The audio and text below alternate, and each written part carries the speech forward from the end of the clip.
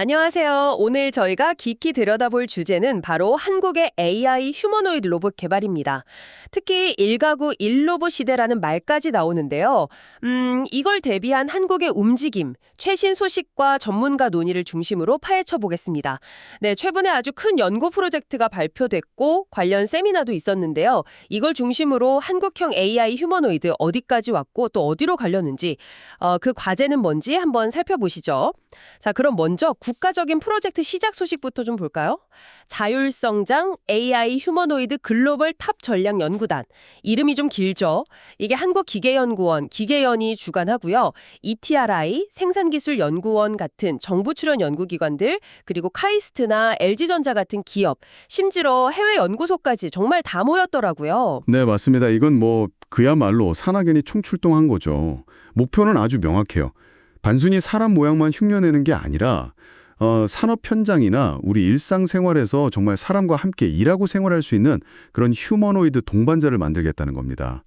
그러니까 인간 수준, 어쩌면 그 이상의 신체 능력, 그리고 다양한 작업을 할 수 있는 범용지능, 이걸 갖춘 진짜 KAI 휴머노이드를 만들겠다. 이게 목표죠. 인간 수준 이상이요? 와, 기대가 크네요. 구체적으로 어떤 기술들을 개발하는 건가요? 크게 보면 한 세 가지 핵심 기술 축으로 나눌 수 있습니다. 첫째는 아까 말씀하신 기계연이 중심이 돼서요. 인간 수준의 어떤 동작 그리고 감각 능력 이걸 구현하는 겁니다. 예를 들면 휴머노이드 전용 구동기라든가 아니면 사람 피부 같은 센서 기술 같은 것들이죠. 아, 구동기랑 센서요? 네. 그리고 둘째는 생기원이 주도하는데 인핸드 매니퓰레이션이라고 해서 손 안에서 물체를 아주 정교하게 다루는 기술이에요. 이게 또 중요하죠. 손기술요? 네네. 마지막으로 이제 어떻게 보면 가장 중요할 수도 있는 뇌 역할의 AI인데요. 이건 ETRE가 주도합니다. 이게 그냥 시키는 일만 하는 게 아니고요. 고수준의 사고, 그러니까 판단하고 계획하는 거랑 실시간으로 몸을 움직이는 제어를 좀 분리해서 처리하고요. 더 중요한 건 스스로 데이터를 막 모으고 학습하면서 지능이 계속 성장하는 그런 자율성장 AI. 이게 핵심이에요. 스스로 똑똑해지는 로봇이라 와, 진짜 공상과학 영화에서나 보던 건데 이게 현실로 온다는 느낌이네요. 그 박찬훈 연구단장님은 이게 제조업의 판도를 바꿀 게임 체인저가 될 수도 있고 나아가서는 일가구 일로봇 시대를 열 거라고까지 말씀하셨다면서요? 네, 맞습니다. 그만큼 잠재력이 크다고 보는 거죠. 특히 우리가 주목해야 할 전략이 있어요. 바로 휴머노이드 데이터 팩토리하고 개방형 AI 플랫폼을 만들겠다는 계획입니다. 이게 뭐냐면 수십 대의 휴머노이드 로봇을 동시에 쫙 돌리면서 엄청난 양의 학습 데이터를 확보하고요. 아, 데이터를 많이 모으는 거군요. 그렇죠. 근데 그걸 혼자만 쓰는 게 아니라 이 데이터를 외부에 다 공개해서 다른 연구자들이나 기업들과 함께 AI 모델을 발전시키겠다. 이런 K-휴머노이드 오픈 생태계 구상입니다. 데이터를 개방해서 다 같이 개발한다. 이거 미국이나 중국 같은 경쟁국하고는 좀 다른 방식 같은데요. 이게 한국만의 어떤 전략적 카드가 될 수 있다는 거군요. 네, 그렇습니다. 이게 상당히 좀 독특한 접근법이죠. 경쟁국들은 보통 자체적으로 좀 폐쇄적으로 개발하는 경향이 있거든요. 그렇죠. 근데 우리는 이걸 열어서 같이 하겠다. 장점은 분명합니다. 다양한 아이디어가 모이고 개발 속도도 빨라질 수 있죠. 특히 우리처럼 자원이 좀 부족한 상황에서는 이게 효율적인 추격 전략이 될 수도 있고요. 듣고 보니 일리가 있네요. 시너지를 내겠다. 근데 뭐랄까, 좀 위험 부담은 없을까요? 핵심 기술이나 데이터가 유출될 수도 있고.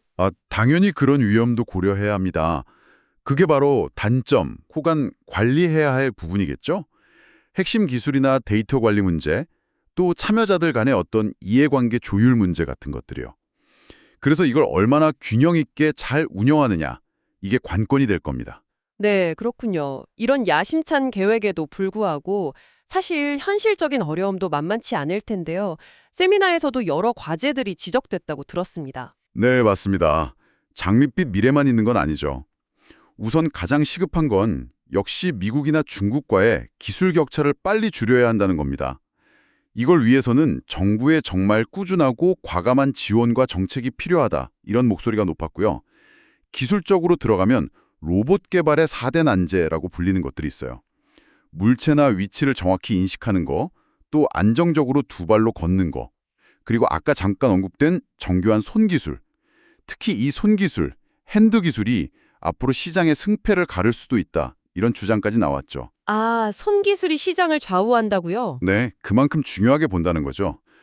그리고 또 하나는 AI 모델이 점점 복잡해지는데 이걸 실제 로봇에 탑재해서 빠르게 움직이게 하려면 AI 모델을 가볍게 만드는, 즉 경량화 기술도 반드시 필요하고요. 그리고 피지컬 AI라는 개념도 강조됐다고요. 이건 뭔가요? 네, 피지컬 AI.